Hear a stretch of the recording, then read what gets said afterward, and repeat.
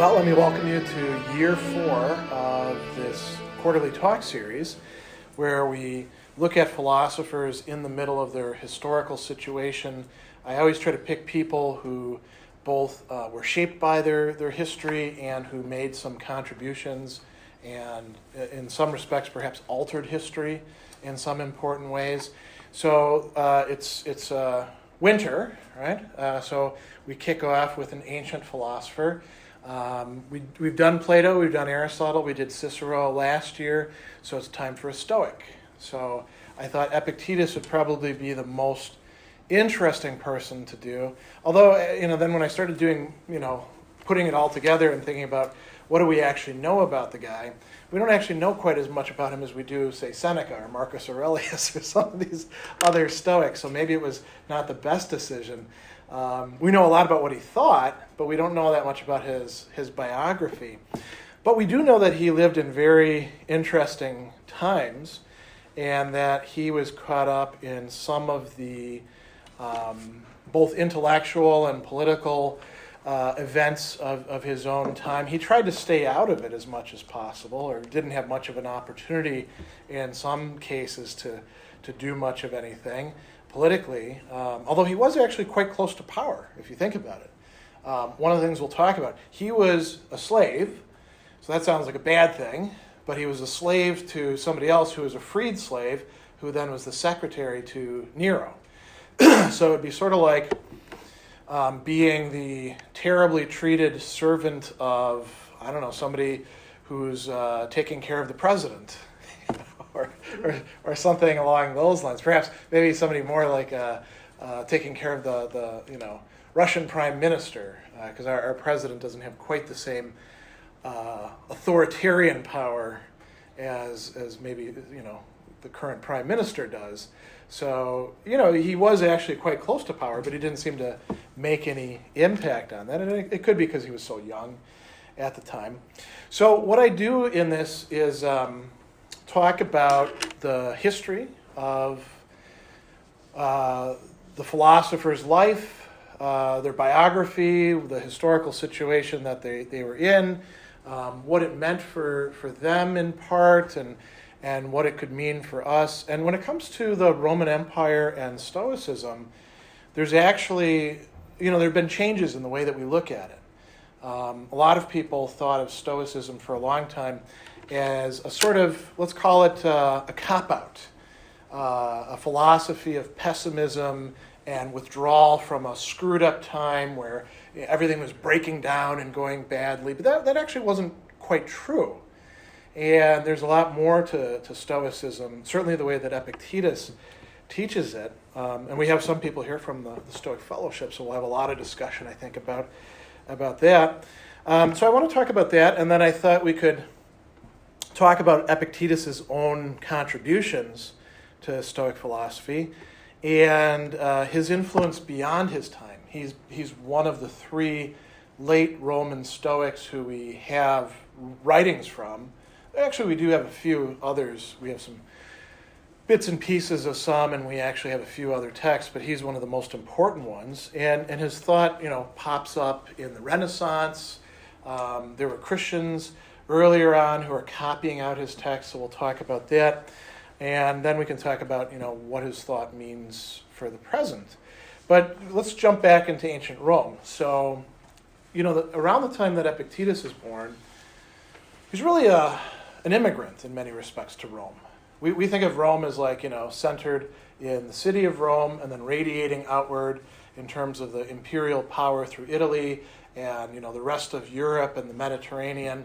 And that's certainly true, although the Eastern Mediterranean was starting to become more and more important, in part because there were more people there, and the Romans had spread and taken over a lot of territory. They'd conquered all of Alexander the Great's successor kingdoms. They had beaten Pyrrhus of Epirus, who had pretensions at one time to be another Alexander.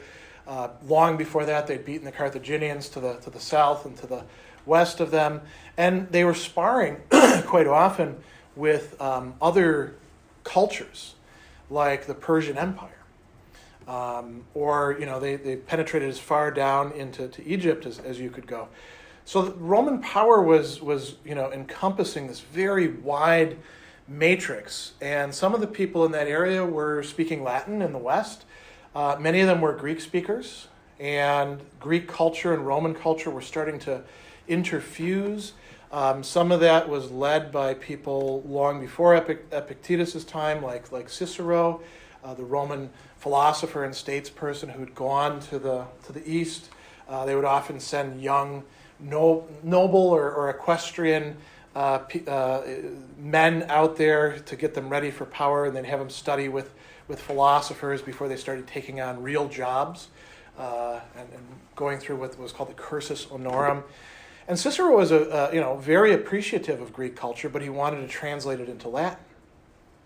And then we have somebody else who's around the same era, Plutarch, who we know from Plutarch's Lives. Plutarch also wrote a lot of other stuff as well, and even the lives, the idea is parallel lives. You got a Roman, you got a Greek. And why is he doing this comparison? He's trying to bring the cultures together. And this was something that had been carried out in large part by Epictetus' time. So he's born in this place Hierapolis in Phrygia, so part of Asia Minor. And a little bit before he's born, Seneca comes to Rome, begins tutoring Nero. You've got the dynastic things that's going on. And Epictetus, quite early on, he's acquired as a slave by Epaphroditus. We don't actually know what Epictetus' real name was. Epictetus just means piece of property. And he kind of stuck with that. I guess the way that we have nicknames. And then again, there's plenty of other famous people. Plato.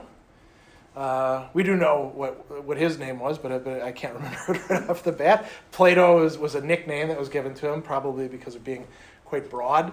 And we have a lot of people like that. Nowadays we have celebrities who go by their monikers, right?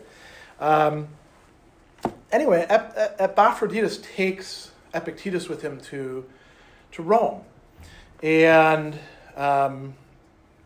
Epaphroditus is somebody who's close to Nero. He's essentially his secretary.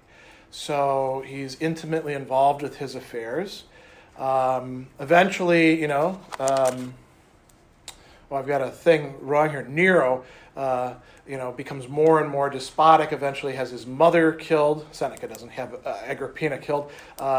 Nero does. And you notice that in these three columns, there's not a lot for Epictetus, because we know of some things that he did, but we don't know when he did them for the most part.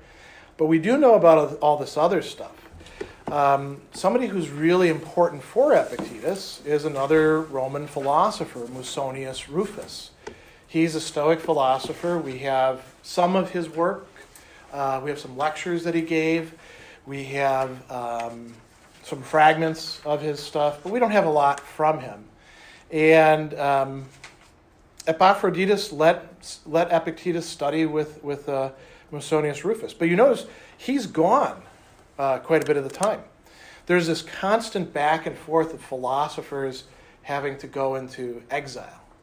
Now, why would they go into exile? I mean, sometimes exiles are self-imposed, in which case sometimes we call it an exile, sometimes we call it a vacation or taking a tour, right? Why do people have to go into exile usually? We don't exile people very much these days, right?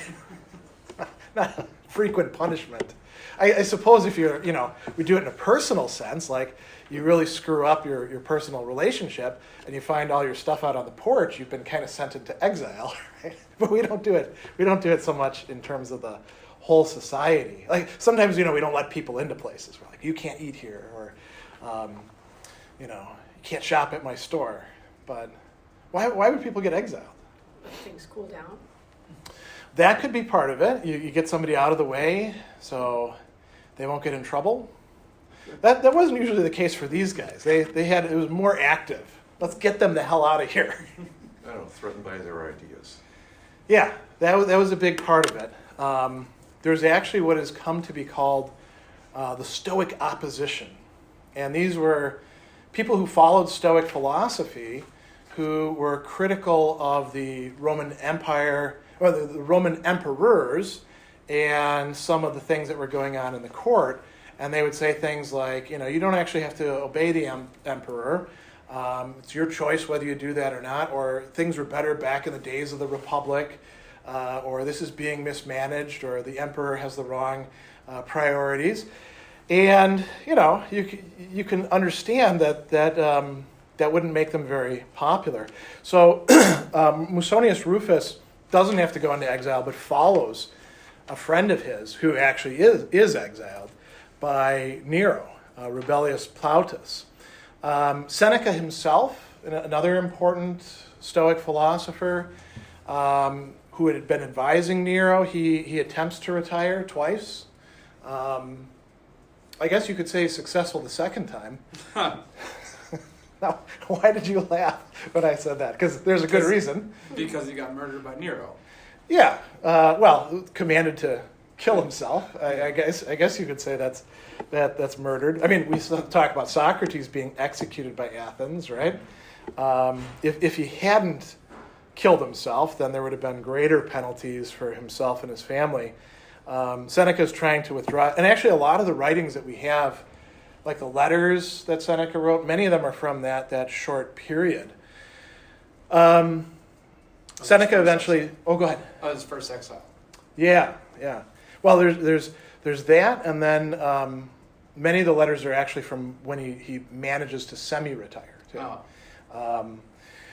So Musonius Rufus, Rebellius Plautus, other people. This guy Helvidius Priscus, who Epictetus talks about in his work. These are all Stoic philosophers, and they're all getting themselves in trouble in one way or another by practicing Stoicism. And, they weren't like, we often talk about speaking truth to power. They weren't like being social activists, but they would, in fact, some of them would, in fact, say, well, you're doing the wrong thing. So if you want to call that speaking truth to power, then I guess it was. And, some of them get executed and some of them get banished. Musonius Rufus, goes in and out. When things break down under Nero, there's coups against him, right? Nero eventually has to flee Rome. This guy, Epaphroditus, accompanies him. By this time, Epictetus has been freed. We don't know when he actually started teaching philosophy. We know he was studying philosophy. And some people think that maybe he started teaching philosophy in 68. That would have made him probably 18 years old. I find that kind of hard to buy that he was doing it that early. But in that year, 68, Nero takes off. Epaphroditus accompanies him and helps Nero commit suicide. Then this guy Galba takes over. And Galba rules for a couple months. And then we have the year of the four emperors. Why is it the year of the four emperors? Because Galba was number one, and then there's two other guys. And then finally, Vespasian takes over. And then we've got a stable government for a while. But Vespasian, he doesn't really like the philosophers. And he banishes them from Rome. He makes an exception for a little while for Musonius Rufus, because he enjoys him. But Epictetus has to get out of Rome, for a while. And then Musonius Rufus eventually himself gets banished. Helvidius Priscus gets banished and executed. First he banishes him, then he says, I'm taking that back. We're going to kill you instead. And we see this happen over and over again. There's a sort of a dynastic succession. After Vespasian dies, Titus, who you may know from the wars that he had out east, particularly against the Jewish revolts that were going on at the time, he succeeds him, and Titus doesn't really last that long. Eventually he dies, and his younger brother Domitian takes over, and Domitian again banishes the philosophers from Rome. So this, Because they were being so disruptive? Or Well- what was the Spanish? so that's a good question. So philosophers got kicked around quite a bit in Rome, and for different reasons, right? By this time, it's more, they're a disruptive influence, but they're disruptive because they're teaching things that call into question state power, and the way things are running. And this is a time of great chaos. They want to have an orderly succession. They want to have, they're trying to manage this incredibly large territory with all these different people, an economy that they barely understand, where inflation is happening. There's all these dislocations. And then you got these philosophers coming in and talking about how people should change their way of looking at things. Don't think so much about getting money or prestige or preferment was another term that comes up. Being part of the royal, or we could say monarchical institution and administration. Before that, though, there was already a tradition of not wanting the philosophers around. And this goes all the way back to when the first philosophers are coming from Greece, from Athens, actually. They picked the wrong philosophers in some respect for introducing the Romans to philosophy.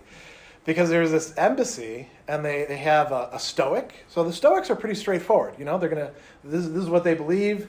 They're gonna teach you about that. They often got criticized for not engaging in rhetoric very much, for just presenting their stuff in a very dry, straightforward way, right? But you know what you're getting with a Stoic. And then there's the Epicureans, and they're a little bit suspect because they're all about pleasure. Turns out that they are pretty ascetic. They're not about just getting drunk all the time and having as much sex as possible or anything like that. They're about this very measured life and enjoying pleasures. But then they had a skeptic, an academic skeptic philosopher, and I think it was Arcesilaus. I might be mistaken. And the first day, he presents a doctrine, and he's doing this to the Senate. And then the second day, he argues against that doctrine. So the Romans are like, well, which side does he accept? And he's like, listen, this is skepticism. We argue both sides of the issue. We don't actually know anything, but we know that we can make good arguments on both sides. And some of the Romans are like, this is terrible. This is just going to, if you let these people in, they're going to tear society apart because they're going to teach everybody to argue both sides of an issue, and they're going to undermine our cultural basis, you could say. And so this guy Cato, the elder, was one of the people who said, these people are bad news, keep them out of here. Well, the philosophers managed to get into Rome. Domitian Domitian actually managed to find old laws on the books, sumptuary laws about what you could enjoy, and he managed to twist those in such a way as to kick the philosophers out. They were sent there because Rome had levied a fine on Athens for 500 talents or something. Yeah. Do you happen, and they got it reduced down to 50 talents. Was the reasoning just go away and we'll reduce your pay? You mean were they paying intellectual protection money? I don't think so. And when it comes to the Stoics, we know the one who was involved was the fourth scholarch, Diogenes of Babylon, who was, he was kind of, you read about him, he was kind of a fast and loose guy when it came to ethics. He was not as hardcore as his successor, who criticized him on some things. I'll give you an example. So imagine that you have a ship full of grain, and you pull into a port that a famine has been going on for a long time. You can charge as much as you want for your grain, right? You can jack the price up to the roof. You happen to know that there's an entire fleet of grain ships coming in the next day behind you. Do you have a requirement to tell the truth and let people know that the price that you're charging really is gouging or not? Diogenes said, no, not really. This is according to Cicero. And then his successor, Antipater, said, that's a terrible thing to say, these things about his own teacher. Of course you should tell them that there's more grain coming in, right? So Diogenes, we don't know much about him, unfortunately, but he probably was a good talker. Actually, anybody who became the head of a school was probably an excellent talker. Epictetus himself, his not quite biographer, but his chronicler, let's call him, Arian, one of his students, said that he had a way of speaking to people that would try to get them fired up to change their life, to do their best it might not come through in the book. I kind of think it does, but a lot of other people find him quite dry. So Epictetus, he has to relocate. He's got to get out of Rome. And so he goes to another place that he's not from, but is just as good as any other place to be, Nicopolis, which is in Epirus, which, it's part of the Greek-speaking area. And he opens a school of philosophy. And a school of philosophy at that time, as far as we can tell, is sort of like not quite a finishing school, but it was a school where you would send younger men to get some culture. And the Stoics had a program of education. It included ethics, which we know a lot about from the Stoic writers, but it also included what they called physics, which would had to do with the cosmos, the universe, but also human psychology. So a theory of the emotions, theory about how our body works, that all was part of physics. And then the other thing the Stoics are really known for is logic. And when they say logic, they don't mean just symbolic, formal logic like we might have taken classes in. They mean all the stuff that has to do with argumentation and all the stuff that has to do with how we know things. What we nowadays call epistemology would fall under what they call logic. And so Epictetus taught this stuff. And some of it would be kind of rote learning, for his students, and then some of it would be putting them on the spot and making them do exercises. There's actually a great story that he tells when one of his students screws up. And you could think about this not just in terms of students, but think about like when you've got kids or employees and they do something bad. What do they typically say? Oh, it's not really a big deal. Why are you getting so bent out of shape, right? And Epictetus had a student who said, why are you upset with me for screwing up syllogisms? It's not like I burned down the Capitol. And Epictetus says, I said the same thing to my teacher, Musonius Rufus, back when I was doing this same stuff. And you know what he told me? In this is burning down the Capitol. When you're doing an argument, if you get the argument wrong, it's completely wrong. It's sort of like doing a math problem. And so you can imagine him, being involved with these young men. And, a lot of them probably didn't stay that long. Some of them, there's another great chapter where one of them is considering leaving because he's sick. He says he wants to go home and be sick at home, which meant it was like a boarding school. He'd go back to wherever he was from. And Epictetus says, you can be just as sick here as there, and you can study something and make something of yourself. And then, he was also involved with local people, There's a great story in there about there's a local procurator who goes to the theater and everybody gets mad at him. And they get mad at him because they want to give the prize to this comedian and he wants to give it to somebody else. And so they start yelling and booing and shouting and stuff like that. And then he loses his temper and starts shouting at them. And Epictetus says, what the hell's wrong with you? You're supposed to provide a good example. You're ticked off at them for being ticked off at you when you're the only person in charge there. Of course they're not going to like you if you go against their wishes. What did you expect? And so we see in these interactions with some are ordinary people, some are like people who are well placed. And we get all of this because there's this guy who studies with him, and they think it's around 108 AD or CE. This guy Arian, who was a historian and a military person. And I should mention a parallel here. So everybody knows about Socrates, right? Who was Socrates' most important student? Plato. We all know that. Or was it? Well, who was another of his important students? Who was a little bit more of a man of action than Plato?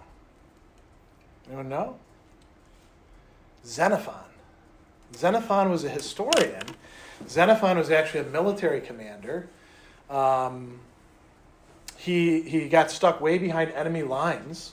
There's this crazy story that he wrote down about how he and these other 10,000 Greek mercenaries went to do a job in Persia. There was like a fight going on, in the middle of the Persian Empire. So they all go over there, and then they find out that their employers died. And so they're like, what the hell do we do now? Well, I guess we go back to Greece.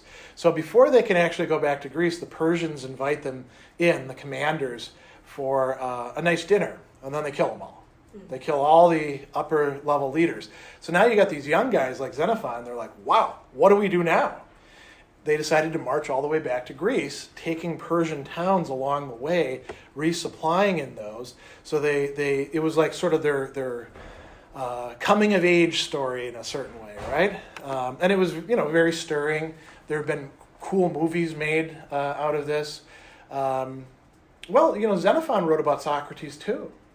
And we kind of think that Xenophon is probably more accurate than Plato was, right? There's this big problem with Plato about, did this idea really come from Socrates, or did Plato just use Socrates as his mouthpiece? In some of the cases, some of the later dialogues, it's probably not Socrates' ideas at all. But Xenophon is a pretty faithful chronicler, you could say, of his great teacher. Well, Arian, like many people in ancient times, you would look to a role model. Arian wanted to be Xenophon. Just like everybody who was a military commander back then, who did they want to be? They wanted to be Alexander the Great. Julius Caesar wanted to be Alexander. Who did Alexander want to be? Achilles. Everybody was looking up to somebody. And so Epictetus' student wants to do for Epictetus what Xenophon did for Socrates. So he writes stuff down. He writes down these discourses, diatriboi in Greek, which could mean like wasting time, just sort of passing time dialogues, but they're really about who Epictetus was and what he taught. It looks like we probably don't have all of the books, unfortunately. There's a theory that there were 8 books and we only possess 4 now. But in any case, Arian wrote some stuff down. Now, Epictetus doubtless said way, way more than what Arian recorded, but it's a good representative depiction of the guy. Is it true that Epictetus did not write anything down himself, and his Arian is the only person to have recorded his stuff? Now, there's one part of that that's not strictly speaking true, which is that Epictetus didn't write anything down. Mm-hmm. He did write things down for school. Oh. Like, when he's working with his students, he would write out what the arguments were. Mm-hmm, mm-hmm. But that's just like class notes. Or have they recovered any of that? Nope, we have none of that stuff. Just this stuff. Exactly. And we're kind of lucky that we have it, because if you think about ancient literature, we've lost most of it. Mm-hmm. Even with thinkers like Plato or Aristotle, we know that there's works that they wrote that we don't have. Like Aristotle wrote, he and his students, did surveys of something like 143 different cities, looking at their history, their constitutions. We have exactly one of those, the Constitution of Athens. It'd be cool to have the other stuff, Seneca, we probably have everything Seneca wrote, I'm willing to bet. But we don't have that much from Epictetus, and it's only because he had this great student that we actually know about the guy. He was very well regarded by people in his town.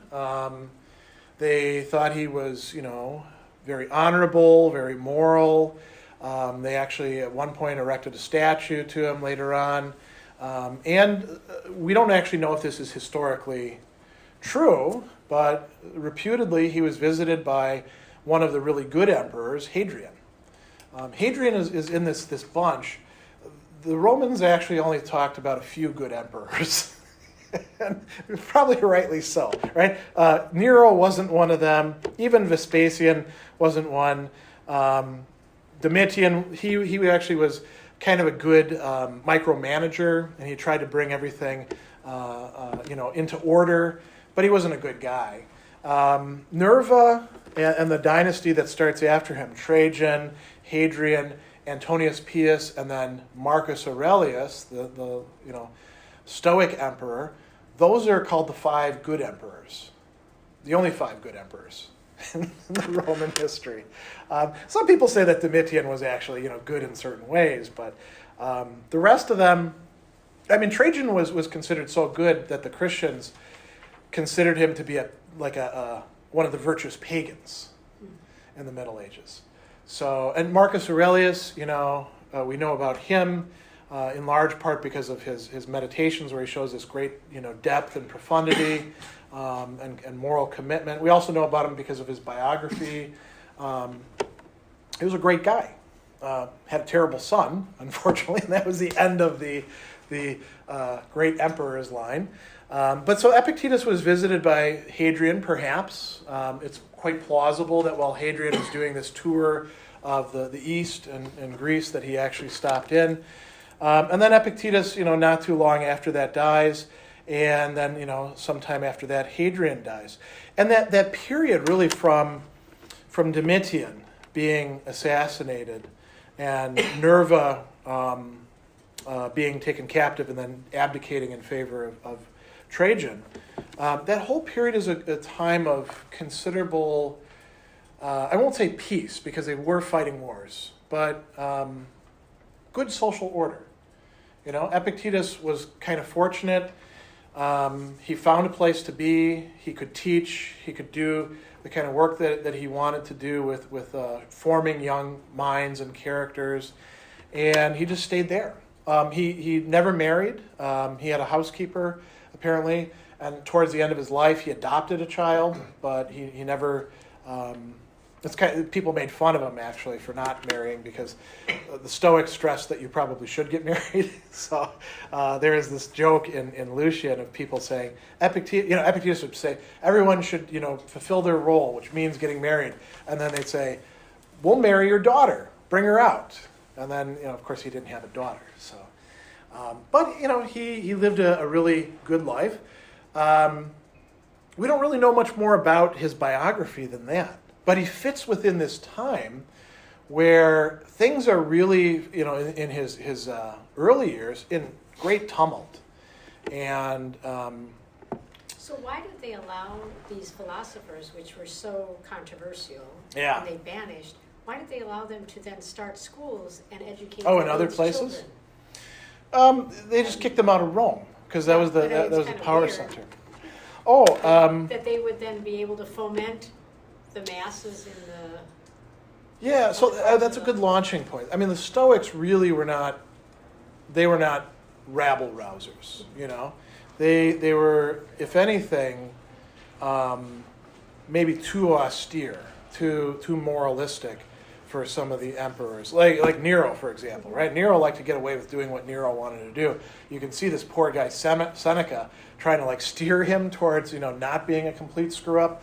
And slowly losing control of that, and then trying to pull back and not being able to get away from him.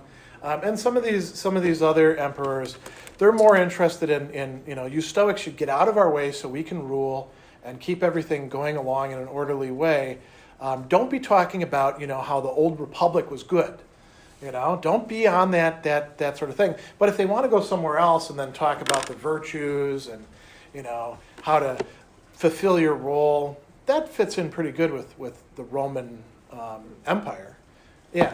You can go all the way back to the very beginning of the empire with Cato the Younger versus Caesar. Oh, yeah. So this is part of the backstory. The first triumvirate, right? Julius Caesar, Pompey, and Crassus, the richest man in Rome. They decided to share power. They actually offered a fourth person a chance to come in on it, and that was Cicero. And Cicero turned them down. He didn't want to be tied in with any of them. And then they could have offered it to, but they knew that he would never agree to it. They could have offered it to one of the great Stoic philosophers and statespeople at the time, Cato. But they knew that he would say, forget it, because he was already opposed to them. And when it broke apart, Crassus dies, and then Caesar and Pompey are fighting with each other. And we usually think about the Civil War in those terms. People like Cicero and Cato were kind of on the fence for a while. And they were on the fence in this way. They definitely were not going to be on Caesar's side, because he was a bad guy. He was power hungry. He might even be an Epicurean. There was some rumors about that. Certainly wasn't, somebody who'd fit Stoic philosophy. Cicero's kind of a Stoic, kind of not. Cato's definitely a Stoic. Pompey's not a good guy either. He's really prestige-driven. He's kind of a jerk, It's not clear that he actually supports the Republic, but at least he gives lip service to it.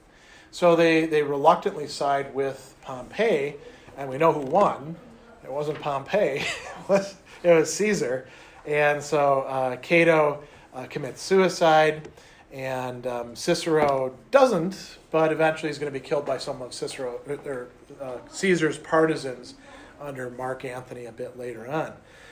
There's a long track record, right, that we can talk about. I have one question. Yeah. About your timeline here. Seneca has Agrippina killed. Yeah, that's a misprint. Should be Nero. Oh. Yeah, Nero has. When I was making this up, I wrote the wrong thing in. Nero had his mother killed.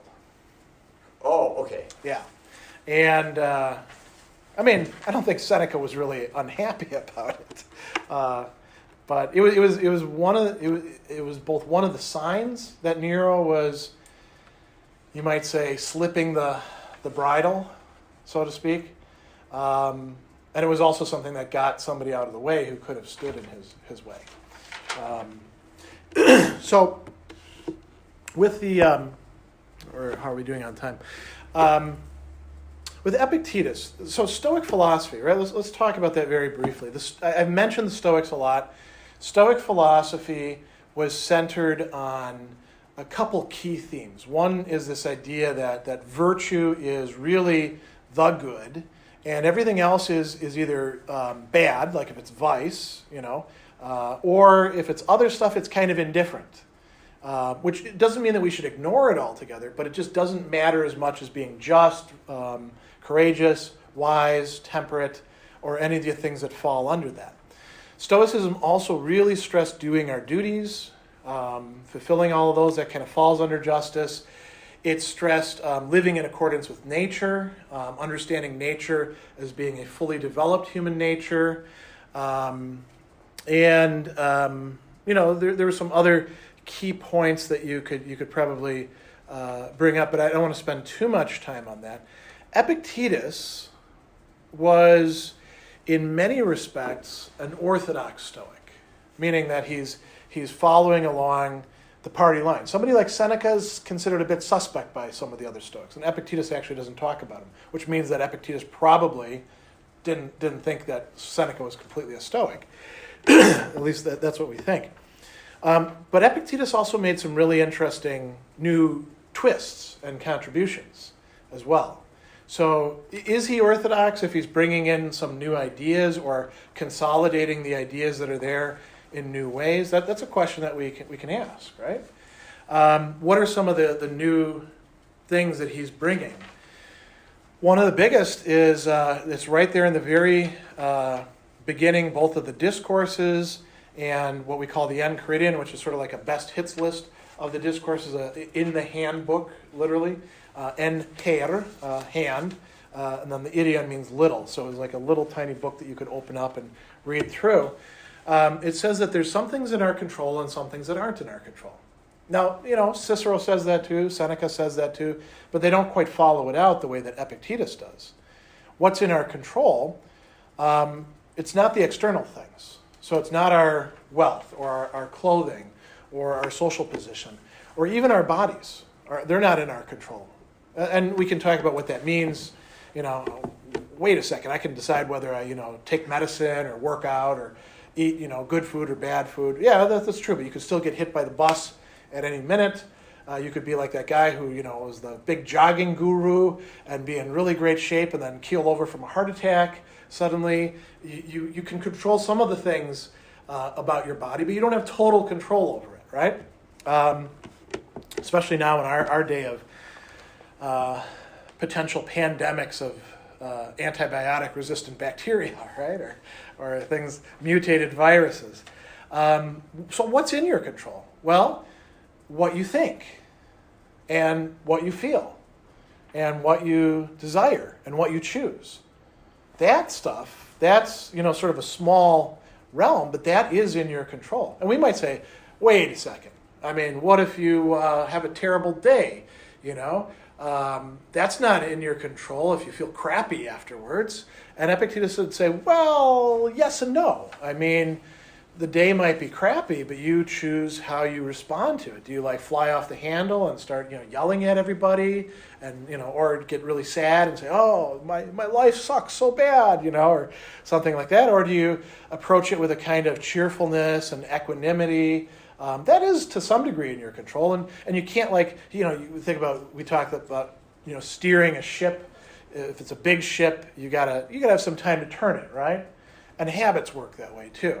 So if you're habitually, let's say somebody's habitually griping in the workplace about their coworkers, and they feel badly about being passed over for promotions or something like that. If they're doing that habitually, they're not going to snap their fingers and suddenly change their mindset and no longer think and feel that way. But you can work on it. That is in your power.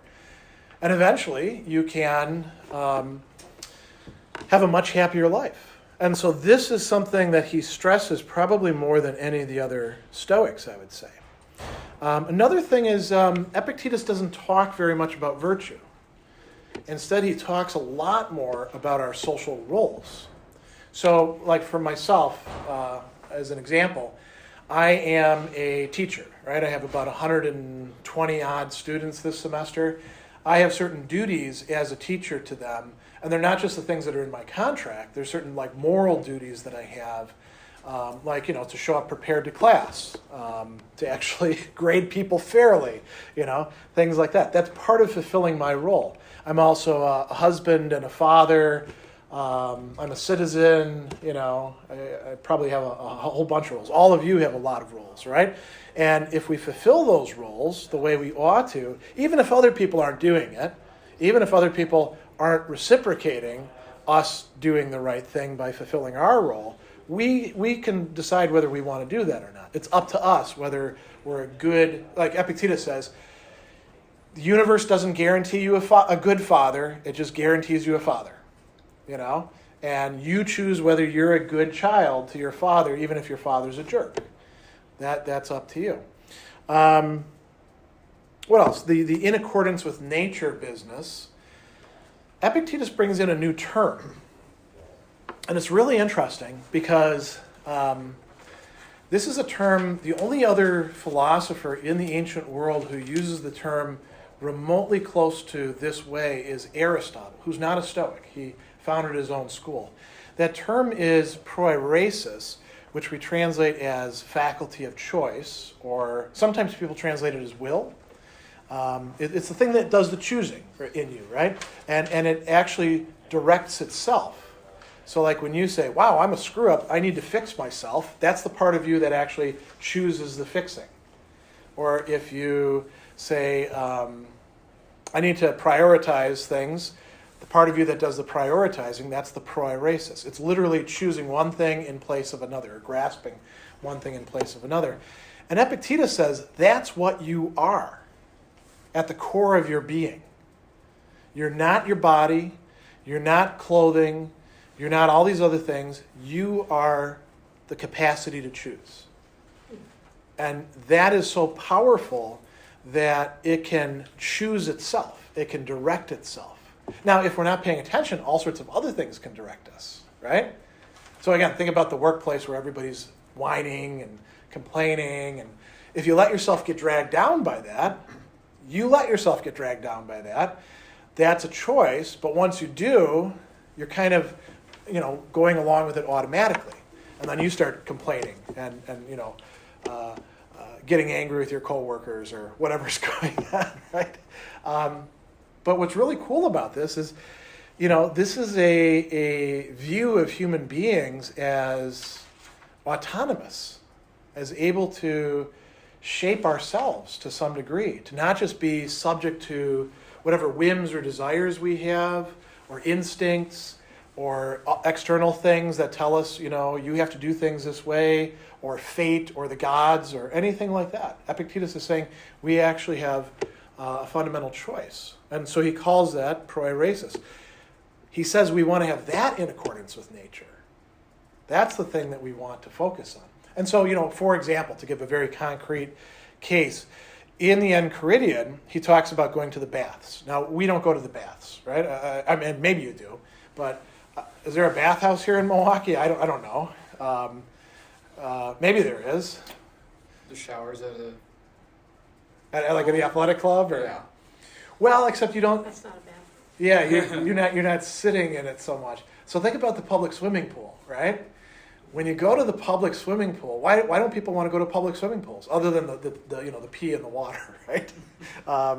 What are the things that people complain about? Oh, it's so noisy, those kids with their radio, or nowadays everyone plays it on their phone.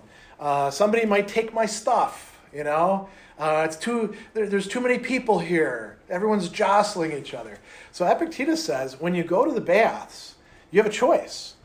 You can think, I want to go to the bath and I want to have a good time and nobody should get in my way and nobody should steal my towel and, what are all the other things that could go wrong, Nobody should hit on me. Nobody should, knock my ice cream over if I buy ice cream.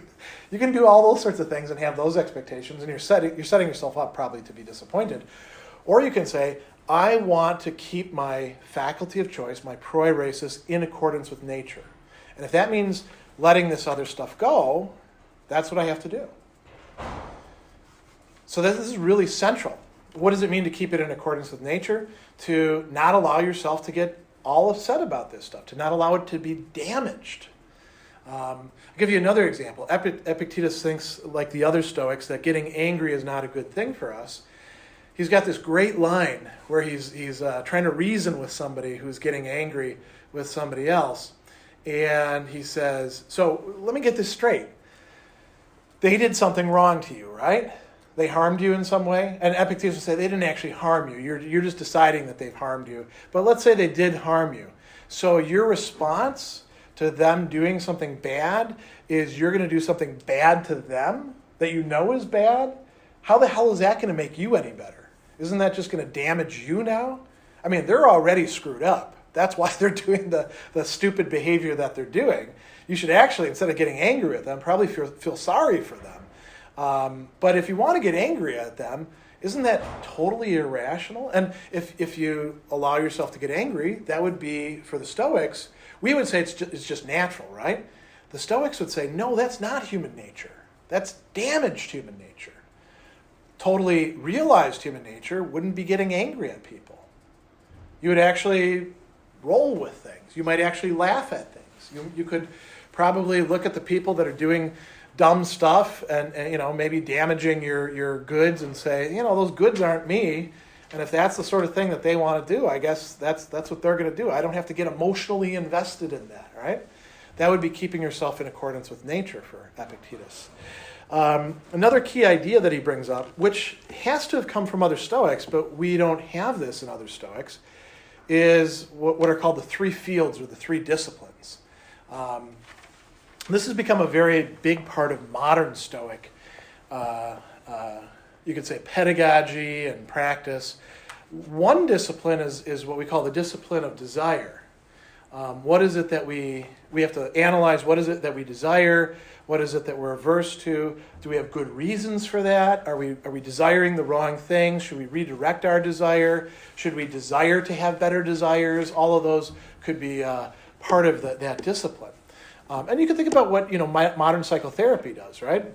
Looking, large part, figuring out what do people actually want. Sit down with a client, they come in, and they're like, I can't stand this person. And you're like, well, why not? Well, because they rub me the wrong way. Okay, well, what they do rubs you the wrong way? And you talk with them, and then you find out that they want people to treat them differently. That's a desire, right? Or they're averse to, I don't know, people talking to them in a certain tone. So that's an important part. And then there's the discipline of choice or action. It's not enough to know what you actually desire and start reworking that and consider your emotions. You actually have to do things. You actually have to make choices. You actually have to do things that are practical to change your life. And you got to do it over and over again. And then there's a third one called the discipline of assent. And assent, yeah, like what you agree to or what you believe. And this is where, the Stoics would be analyzing arguments and thinking about, well, why do we buy into this or why do we buy into that? And Epictetus says the problem with so many people, and by the way, Aristotle says similar stuff. The problem with so many people when they're trying to figure out what's wrong with their life and how to make it better is they constantly focus on the third thing and they don't pay any attention to the first and the second. But really, you got to work on the first and the second in order for the third to pay off. Aristotle talks about it in terms of people studying ethics, which has to do with how to live a good life, and then they never actually practice any of it. It's sort of like today, it would be people who have a stack of self-help books. But you ask them, is that a good book? Yeah, I've read it 5 times. Has it worked out for you? I don't know. I haven't actually tried anything. Well, what the hell are you doing with the book then? That would be focusing solely on this third discipline.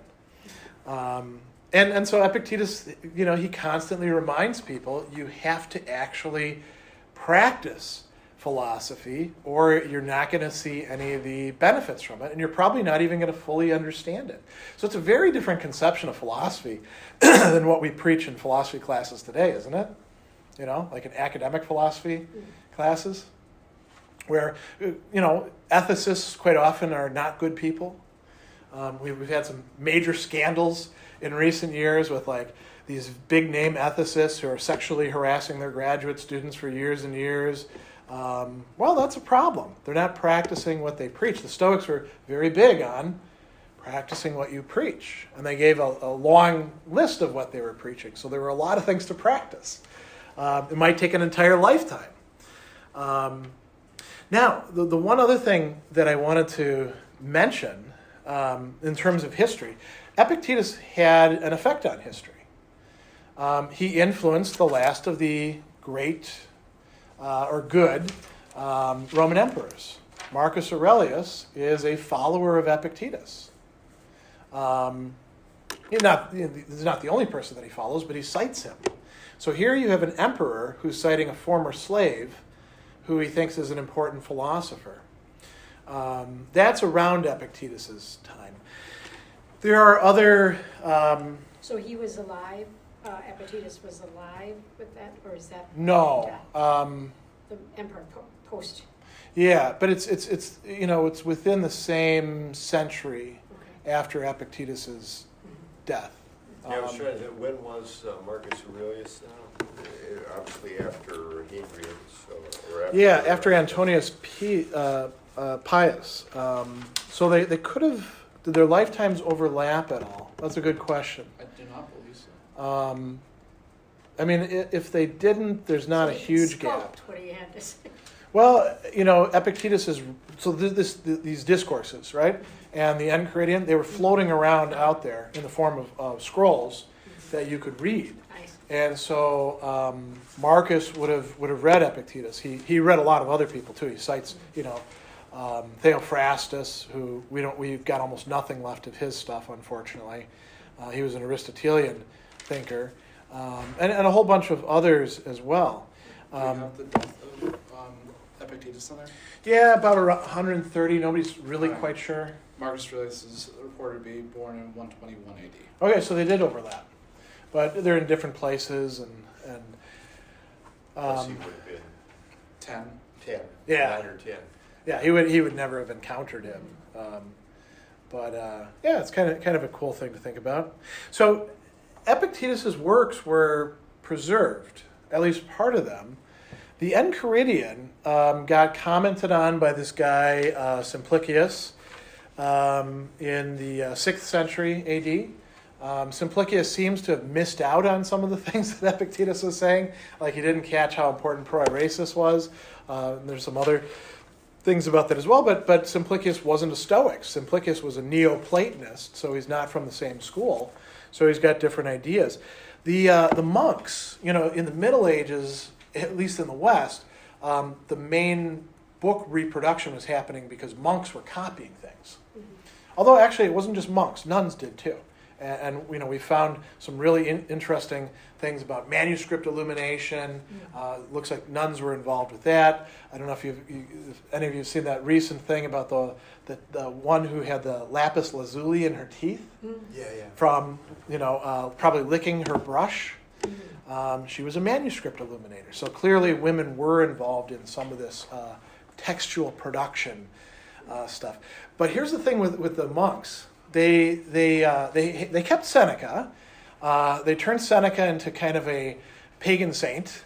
There was actually a fake correspondence between Seneca and St. Paul floating around for a long time. And so they were like, yeah, Seneca and St. Paul, they were on the same page. Epictetus, they turned into a Christian as well.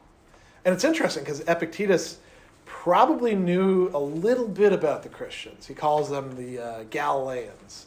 And he just passes over them very quickly. He thinks they're nuts, just like so many other people that he runs across. And then he doesn't say anything about them. The Enchiridion talks about the philosopher. The monks turned that into the monk. They also added lines here and there into it and effectively Christianized Epictetus, turning him into a more palatable person. So Stoic philosophy continued under that guise.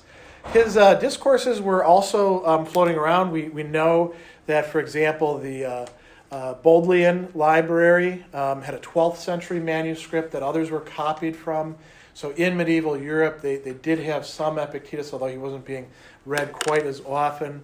And then, by the Renaissance, one of the things that made the Renaissance was republishing all these manuscripts. These Renaissance humanist authors would go to the monasteries, where quite often the monks didn't really care that much about the books in their library. They would copy them out. They sometimes didn't even know, what kind of book is that? They sometimes didn't know, what they had in their libraries, and these guys would go in and poke around. And then they would come back and they'd say, okay, well, this needs to be republished, and let's take the manuscripts and come up with what we call a critical edition, where we look for all the different manuscripts and where they coincide and where they differ from each other and figure out which one is probably right and which one is wrong.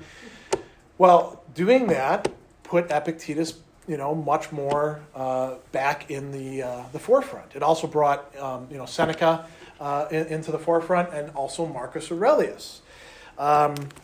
Stoicism became a big thing again through the Renaissance in the early modern period.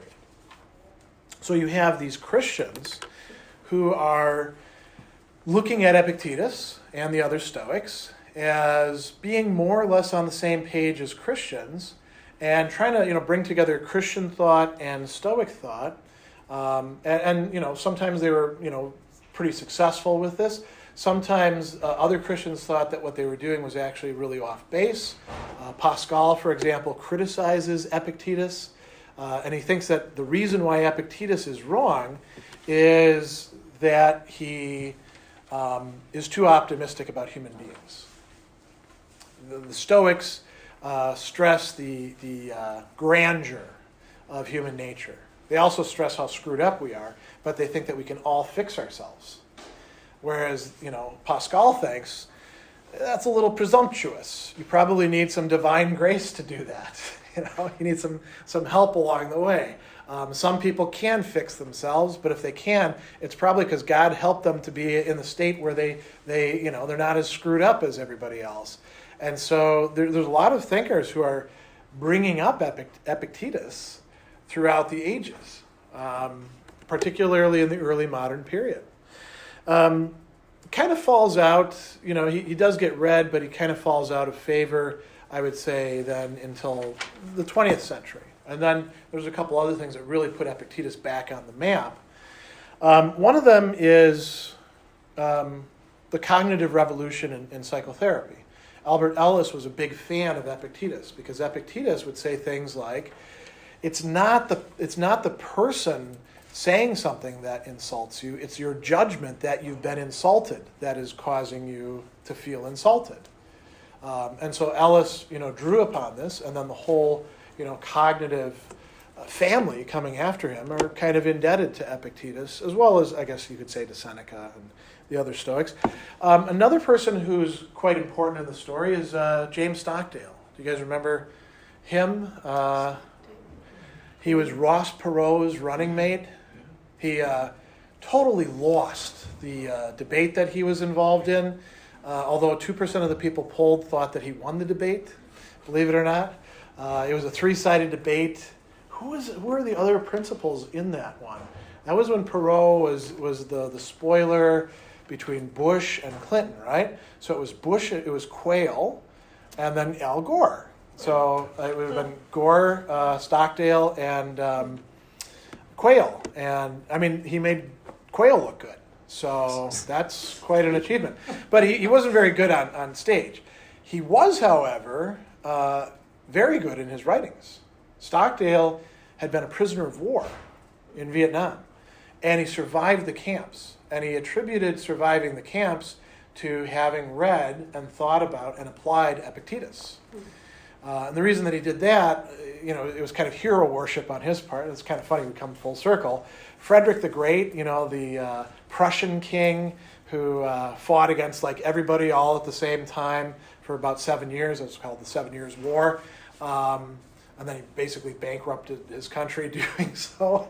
But he was a great general. He used to carry Epictetus' Enchiridion around in his coat pocket. And so Stockdale thought that was really cool, and he started doing that and started reading it. And then when he got shot down and got put into those camps and those cells, and they were trying to use him for propaganda purposes, he had something he could draw upon. He realized that Epictetus could provide you with a way of living and thinking that could help you survive horrible situations. Kind of an interesting insight, isn't it? And, go ahead. Well, I was just, and maybe this is towards the end, but this Stoicism, the only thing you control is your mind. Yeah. What you said. And your actions, to some degree. Yeah, your mind, your actions. Yeah. But they seem to be, of course, back then, oblivious of now what we have, the brain chemistry and the science, where you don't really control your actions, and it can be the PTSD. Well, sometimes. So they've do these modern Stoics, do they address that? Because I think that's a counterpoint to this. Yes, and so there's a willingness to say that with certain kinds of compulsions or mental illnesses, maybe those are out of your control. But let's say you find out that your brain chemistry's off. It's up to you whether you take your medicine or not, right? There is still some realm that is up to you. What you make of your condition, whether you go to support groups or not, that's still to some degree up to you. There's a much greater recognition that it's not like, well, everything is totally up to me. But even Epictetus didn't think so. He thought that habits, very hard to break. He talks about anger, for example. Once again, he says, if you allow yourself to give in to anger, you've already got this scar tissue that you've built up. Now it's like whipping that and breaking it up and coming up with even worse scar tissue afterwards. And that's going to make it harder for you to resist it the next time around. So there's an understanding of that. We have to be. That's why Christianity aligns well with they like the Stoic. Well, yes and no. Some Christians hate Stoics, quite frankly. And one of the things that it boils down to is, I guess, where you fit in on the idea of how much you need grace, right, in order to fix yourself. Are you fixing yourself, or is God fixing you, right? I think a lot of Christians are kind of uncomfortable with the idea that it really is up to you. They'd call that Pelagianism. After the monk Pelagius, who taught that everybody had enough grace to like fix themselves. Augustine attacks him in the West. So I mean, it is something that people take into account, and we could talk about other things, like if you're growing up in a war zone, or if you're growing up in generational poverty, it's really going to be a hell of a lot harder. You can't just like bootstrap yourself out of it, right? And modern Stoics are attuned to that. And one of the things that the Stoics are good about stressing, at least some of them, there's a lot of people out there, once Stoicism became popular, a lot of people got on the bandwagon and are trying to use it to make money or to justify whatever it is that they want to do. But Stoics are really supposed to be about justice. That's one of the virtues. And justice involves not just, sort of following the rules and the laws, but benevolence towards others. And trying to fix social situations that are really screwed up. There wasn't a hell of a lot of room for that in the Roman Empire, other than like somebody giving you power. And when Stoics got power, they usually curbed the corruption and, set things right when they could. And that's often how they got themselves in trouble with other people, right? So, I mean, modern Stoics, if they're really Stoics, and they see people in intergenerational poverty, they would want to do something about that. And part of the reason why they would want to do something about that isn't just because it's unfair for those people. It would be a way to try to make it possible for them to live a better life by changing who they are, by transforming themselves. It's not good to be in intergenerational poverty, in part because there's so many influences that are hitting you that make it hard for you to become independent and see things, in a less sort of reactive way, right? And the Stoics would want that for them. So, yeah. It's funny that they were slaves, and yet they come up with this concept of drivers of choice as your being. Yeah. Well, so Epictetus talks about what is genuine freedom and slavery, right? Epictetus says that if you desire things that other people control, you're a slave. Even if you're the emperor, somebody else has got their hooks in you, or as we say, they can push your buttons, right? If you have like a chip on your shoulder and anybody can tick you off, like some of these people on websites, right, where you just got to say the wrong thing and they're super angry at you and typing in all caps. They're kind of slaves. Mm-hmm. That's a crappy way to live, isn't it? And you could be a slave and yet have a much greater degree of real freedom. And so this is actually a good, I didn't get to talking about this. There was a prevalent view of Stoicism for a long time as being a reaction to a world in which everybody was basically, in one sense or another, slaves, going all the way up to the emperor. So that people withdrew from the world because they felt like they didn't have any control into a sphere that they could control. And that made them feel better. That was a very common view in the 19th century, and I think it went on into the 20th century, and they sort of, it's tied in with the history of philosophy. The real philosophers were Plato and Aristotle, who had this whole metaphysical depth and breadth, and they were in the time of the Greek city-states when individual citizens could still decide things. And then, Alexander the Great Philip of Macedon comes through, and then Alexander with the much larger empire. And then you don't really have any freedom. You can't participate in a political way. You're just part of some vaster thing. So you withdraw into your own private life as a Stoic or an Epicurean or a skeptic or something like that. And many important philosophers put out that line. Hegel would be a good example of that. Many of the historians of philosophy of the 19th century had that sort of viewpoint on things. And I think now there's a recognition that was a mistaken view, that really what attracted people to Stoicism was not just that it let them like withdraw from life and not be bothered by things. They saw it as almost like what some people call the technology of the self. You know, it allows you to figure out how you work and then tinker with it in ways that you would actually have more control, more direction. You would get to decide what to do with yourself, and you'd be able to orient yourself to the good, and you would be able to live in this whole matrix of relationships with people who matter to you. That's a pretty good thing. The Stoics stressed this need to fulfill your social duties. Is it raining or something? It's snowing. Oh, Oh, such a strain. It almost sounded like a radiator, right? Yeah. So, that's pretty much all I have to say about this guy, Epictetus. Hopefully, it's been quite rambling, but how do you hopefully... spell this word? Oh, the Proirasis. proirasis, Yeah. Proairesis. H-P-R-O.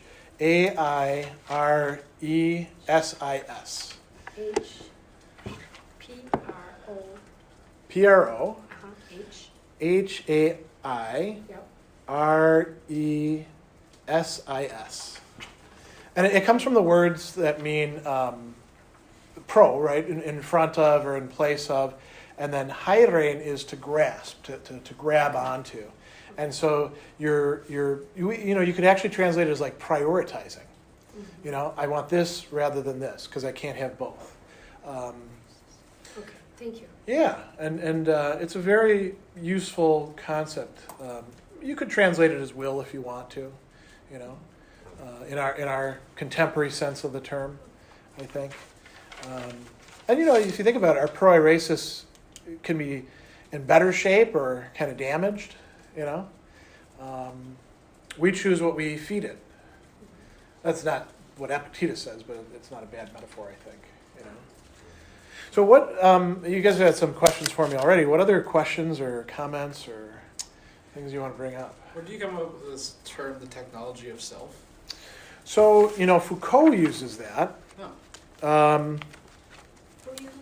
This guy, Michel Foucault, who was a French philosopher and historian, and it's not a bad way to talk about it. It makes a lot of sense. You treat yourself as if you are, if you think about what technology is, it's something that's penetrable to our tinkering around with it. We can come up with an idea of how things work, and then we can swap out components or, turn dials or things like that. Obviously, we can't do that with our psychological, matrix quite so much. It's not like you can, I'm going to take out the part of me who's a jerk and swap in a better component, right?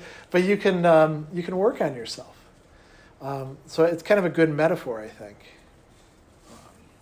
It's, would you call it like equivalent to what are there spiritual practices? Yes. Okay. And Hadot and Foucault are connected with each other. That's right. Isn't one the teacher of the other, Yep. Well, or at least was around? influence. Yeah. It's not a radically new idea. The Stoics just aren't calling it technology. They're talking about it in terms of using your rational faculty to rightly judge appearances, including those that constitute your rational faculty, or things like that, right? But it's the same basic idea. So people are kind of getting at that with the notion, although it's a bit more superficial, of life hacks, right? You hack yourself, you hack the life that you live, meaning that you break into it and then you change the programming so it suits you better. The life hack thing does have that sense of I can just change this one little thing here and this one little thing here and this one little thing here, and then everything will come up great, rather than looking at it as a whole connected system. But that's an issue for any sort of intentional way of living, whether it's Stoic or Aristotelian or Christian or Buddhist, or pick whatever you want. Every time you start looking at yourself through the lenses of these things, you have this experience after a while of saying, oh man, things are much worse than I realized. This is why you can have this is a little off topic, but you can have saints like Saint Anselm in his prayers. And St. Anselm was a good guy, saying, I am such a miserable sinner. I'm so far from God. And you're like, well, geez, if he's that bad, what about me? But, for Anselm, the closer that you got to the divine or the transcendent or whatever, like for the Stoics, what truly realized human nature would be, the more aware you are of the flaws that are still within you, the more you see just how much work you have to do. At first you're like, it's not that far from here to there. And then you get like this far and you're like, man, it's a lot farther than I thought, paradoxically, because it kind of recedes, right? Because you know yourself better. And you understand human beings better, and you understand how the world can easily, lead us down paths that aren't good for us. And I think that's something that you see in all sorts of intentional ways of living,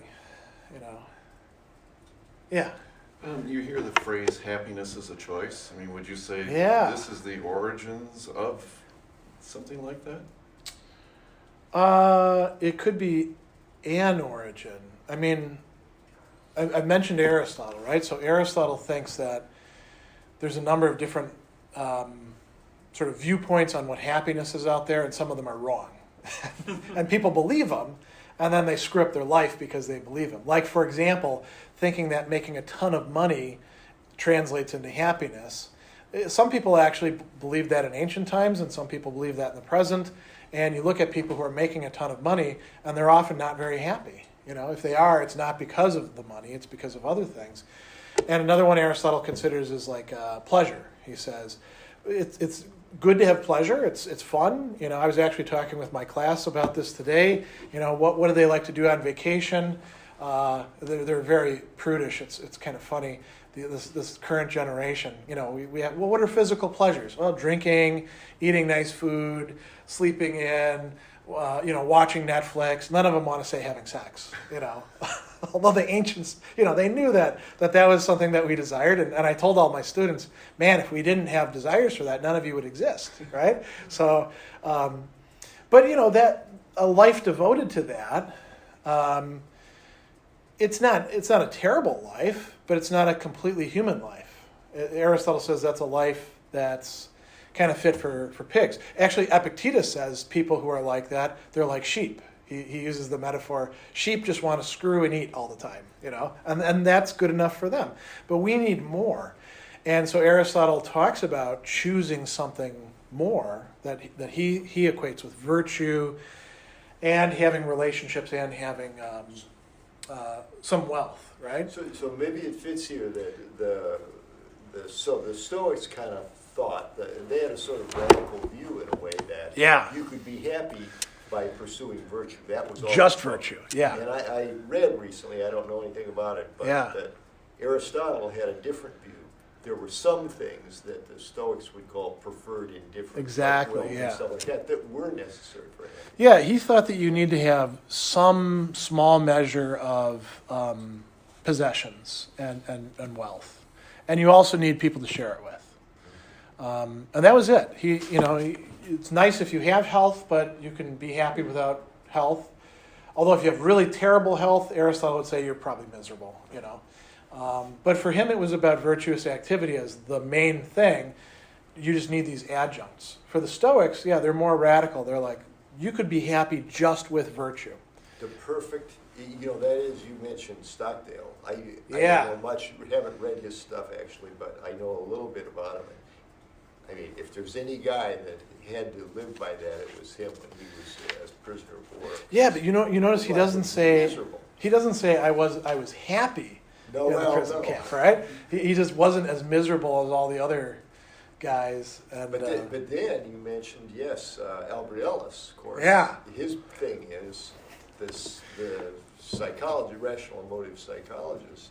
I can't teach you to be happy, but I can teach you how not to be miserably unhappy. Yeah. But yeah, and so to go back, is happiness a choice?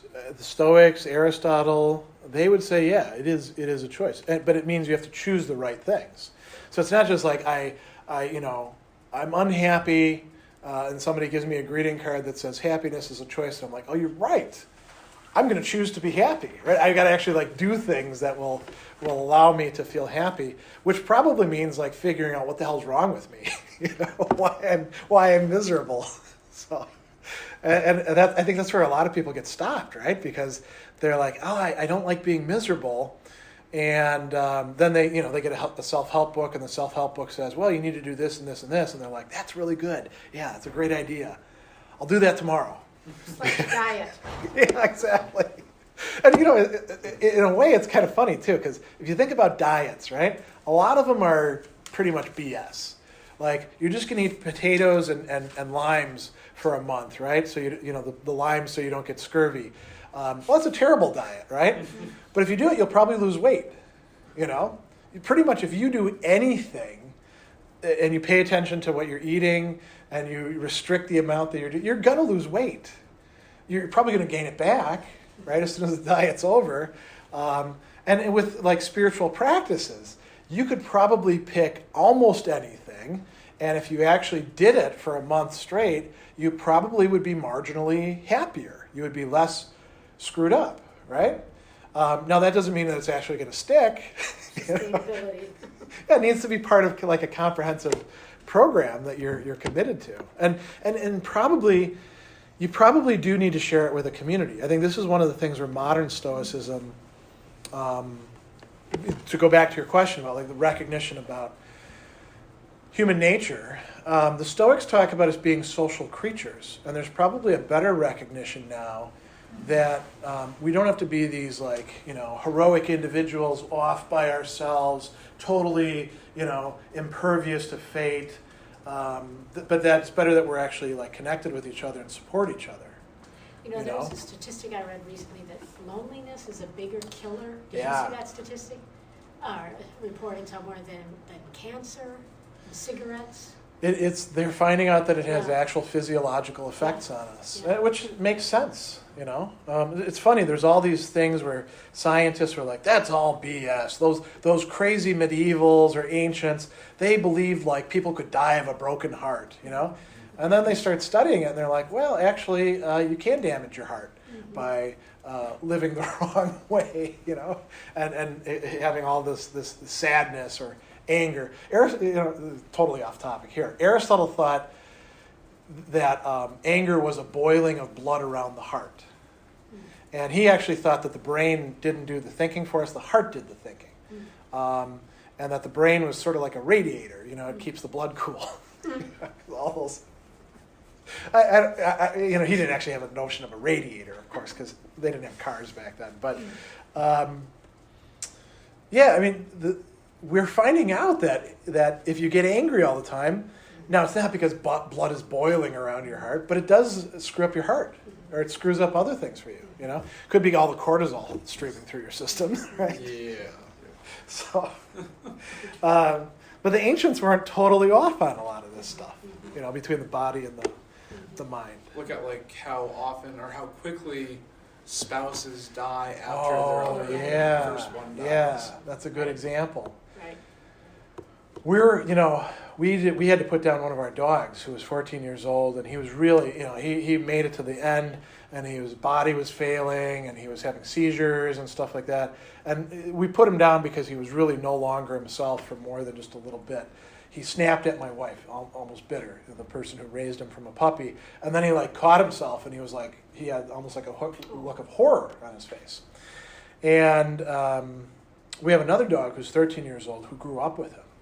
She got very depressed. My wife was very concerned that Amika will go within a few months of Magnus dying. Now she's bouncing back, but it took a lot, She didn't want to eat, she's droopy, she'd kind of sigh, Now she's more or less back to normal. She likes to eat a lot and play and stuff like that. But, when she dies, what's going to happen to the cat, who's 16 years old? She might go right away, because Sounds like you need a new animal. Well, yeah, but then we have to start the whole thing all over again. But this idea about, like, needing people, I think there's really something to that. And I think a modern Stoicism should be more forgiving about that? I don't know, what do you, I mean, you guys are part of the Stoic Fellowship, and you guys have been thinking about Stoicism for quite a while. What do you guys think of that, about that proposal? That we need community? Yeah, and not just community, but we need closeness. We need affection. We need connection with other people. That maybe the ancient Stoics were a bit too... Stoic? Yeah, a bit too Isolated. focused on, like, you know, I can be totally good by myself. I mean, I should still be able to be good by myself if I have to be, but maybe I can't fully realize what it is to be a human being on my own. The ancient Stoics would say you can. You could be the hermit out in the woods, you know. I wrote a short treatise, I don't know, a year ago, that I was trying to work with the idea of, especially this idea, even used the idea of spouses dying and whatnot. Oh, okay. And the whole idea of being attached to whatever you think that you are, and so it's using it in the lines of like your job, and so you get attached to your job, and say you're an architect or something. Yeah. Don't think of yourself as an architect. Think of yourself as a builder, and so maybe early in life you actually physically build them, and then you design them, and then when you can't do that anymore, then you teach, and so you're always teaching, building, but something that you can control and not something that is external to you. And so then I extended that to the idea of a spouse, where if you think of yourself as I am, like my definition as a person is the spouse of this person. Yeah. Then once that person is gone, then your definition is gone. You don't have control over that definition. Yeah. And now it's been taken from you. The library will be closing in about 30 minutes. Well, there we go. The library card. Yeah, I mean, that's actually a great idea. I like the identity. Library cards. Yeah. How you define yourself, define it more flexibly. Also be aware that internet. Yes, so that was kind of my idea, was to try to find, instead of calling yourself a spouse, you like say you're a caregiver, and so now you're or a partner. Yeah. Yeah, and then you can transfer this thing onto someone else, or you've got grandchildren, or just people that need help.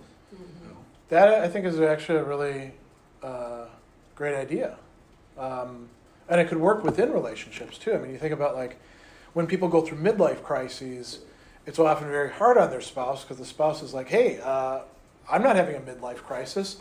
What the hell's wrong with you? And why do you want to do all this stuff that you didn't do before?" Maybe redefining what one's role is, because why do people go through midlife crises? Sometimes it's due to job issues, right? Job dislocations. Actually, Randy, you'd be a good person to, ask why do people go through midlife crises? What is your experience? Not as somebody who had one, but rather somebody who's been a therapist. I'm constantly having one. Let's hear all about it. I don't know. I don't know. In some ways, this particular angle on it, I hadn't frankly thought about too much. Yeah. There's certain things that I take for granted in my own life, I guess, and I shouldn't. But it's natural that we do, right? Yeah, and I've thought of Stoicism as more partly ethical. Yeah. An ethical sort of approach, an approach to ethics, and also kind of way of feeling. This is what the purpose of life is. Yeah.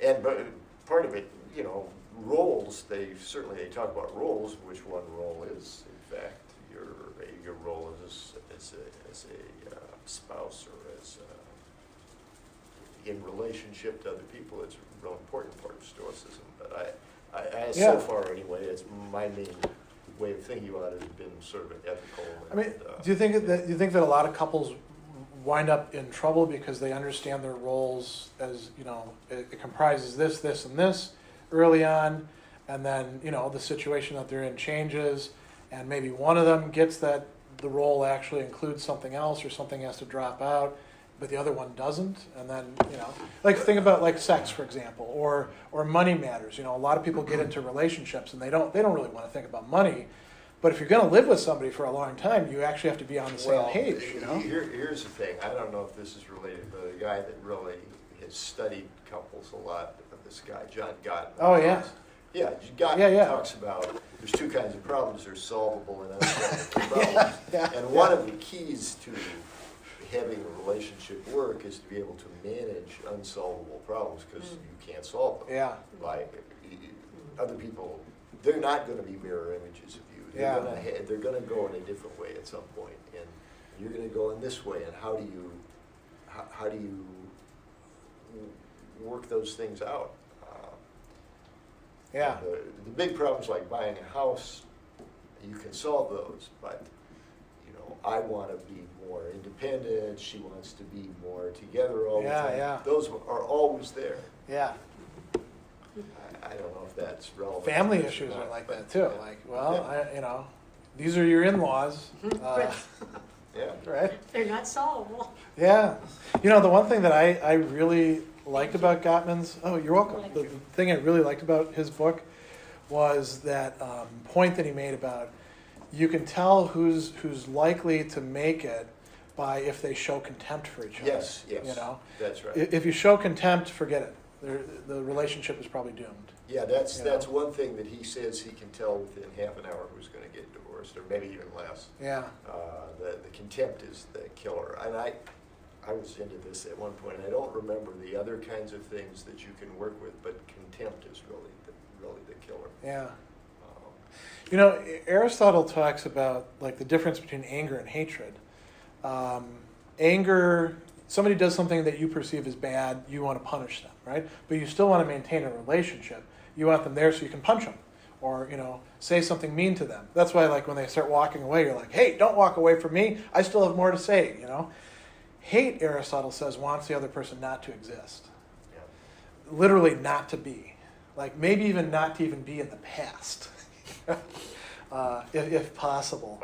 And so hate is much more dangerous than anger because, you can't really do much with it. If somebody doesn't want you to exist, and think about what contempt is, you're just scum, what can you do with that?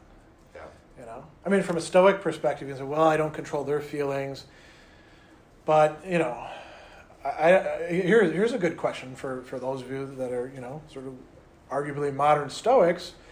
Should we stay in relationships where somebody is radically contemptuous towards us, or should we say, that's a sign I shouldn't be in this relationship, I mean, I think some of the old school Stoics might say, well, you put up with it, sort of like Socrates put up with Xanthippe, she was real mean, but, Socrates was good about it. Epictetus says stuff like that. I don't know about that. Isn't that kind of masochistic? Well, a masochist would do it because they get some pleasure. Yeah, some kicks out of it in some way. With Epictetus, it wouldn't be, I get pleasure out of it. It would just be like, well, this doesn't have to affect me, so I'm not going to let it affect me. But that's one where I have a really hard time with. Well, is it partly kind of back to this thing about how optimistic are you about human nature? I mean, what good are you doing, not only for yourself, but for this other person if they're really contemptuous of you? Yeah. Who are you helping by? Are you helping? You're not helping yourself, probably, or are you? Is there something you're doing for? Why continue this if it's not beneficial to either person? I mean, you could say like if you have kids or something, maybe this is where people are. Well, it's better to be out of the relationship and sharing time with the kids than maintain a really terrible toxic marriage, because in some ways you're not just putting that model of contempt in front of the kids all the time. I think that's arguably. Then you've got another. Besides just the relationship, it's the relationship with the children. That's another. But if it's just you, I mean, the traditional Stoic thing would be, well, it doesn't really matter. I mean, you can be happy anywhere, including a crappy relationship, And I just don't think that. So again, the human nature thing. maybe if we were Stoic sages, we could be happy anywhere, right? But the Stoics say the sage only comes around every 500 years. So if we want to be realistic about ourselves, we have to recognize that we can't put up with everybody's bullshit for forever, right? And contempt and stuff like that. So then you got the problem. Yeah. Do they want to let you go if they're really contemptuous? Oh, that's of true, you, or yeah. do you end up being the spouse that's been killed Yeah. because you tried to get out of a relationship that the other person doesn't really want to end? Yeah. Or will This they? is a dark Or will way. they This is also? Or will they also do conversation, like a scorched earth thing? We're gonna burn the finances. Yeah. I mean, it's interesting. This is a tangent. When I first went on Facebook in 2009, I was astounded to find out how many of the people in my high school class, because first you like find all your classmates back then on Facebook, how many of them were either recently divorced or their marriages were in the process of breaking up. You know, I was around 40 years old, and it was really it was before like all the financial crisis stuff had put major stress on marriages. You know, no, actually no, I'm wrong. 2009 there was the financial crisis. Maybe that played an important role, but it seemed like it was the time for people to say screw this. You know. And the irony, we all went to Catholic Memorial, so presumably some of them still thought divorce was a bad thing, but they all, were perfectly fine with it. Was it because they wised up and said this is not going to work out? Was it because they were incapable of sustaining a lasting relationship? Probably a mix of different motives. But yeah, this is kind of a dark tangent. Should we? Yeah. So I guess as someone that fairly recently just ended a relationship, one of my major reasoning was that I didn't see my partner wanting to improve herself. And you did, right? Yeah, and then she was living or was working at a job that she just despised, and she had some history background that resulted in that she was incredibly cautious with all things. Okay. And I was just thinking, I was like, well, is this like I'd been together for like 5 months, and it's like, well, this is getting to the point where you're like having to ask these questions, like, is this a life that I want to live? And especially because all the conversations usually resulted or were around how she hated her job. Yeah. And I'm like, I don't want to live this if you don't want to try to do something to make your experience better. Yeah, I mean, there's two things there. One is, if you think about like when we're spending time with each other, it's the same thing like in a friendship. If your friend is constantly bitching about stuff, you got to wonder, well, what are we actually doing here? What are the goods that we're attaining in our social interaction? Our partnership. I mean, some people really do just like to bitch together, but I think most of us aren't like that. And then there's the question of, well, do I stay in this because I should be helping them in some way, and there's probably a risk for Stoics to become, the proverbial white knights, the people who are always saying, well, if I just extend them a little bit more, open the door for them, leave Stoic quotes laying around. I don't know if this is relevant, but I had a patient when I was a student psychologist. Yeah. And the supervisor, and they used to listen to our tape. We'd go over tapes of the sessions and all that. And this guy was just insufferable, and he would tell me, he'd go on and on. He was a patient, okay. Yeah. And I'm thinking, and he was telling me his life was gradually improving, but I thought, like, my supervisor one day just said, well, how can people stand this guy? He goes on and on about this stuff. Yeah. And so I kind of, in a way, brought this up with him. I said, well, sometimes I wonder when I listen to you, how do other people react to this when you go on and on like this? And his answer was, oh, nobody listens but you. That's a good one. Good evening, patrons. Well, it sounds like they're kicking us out. So, well, on that note, let's end. And thanks for all great conversation. And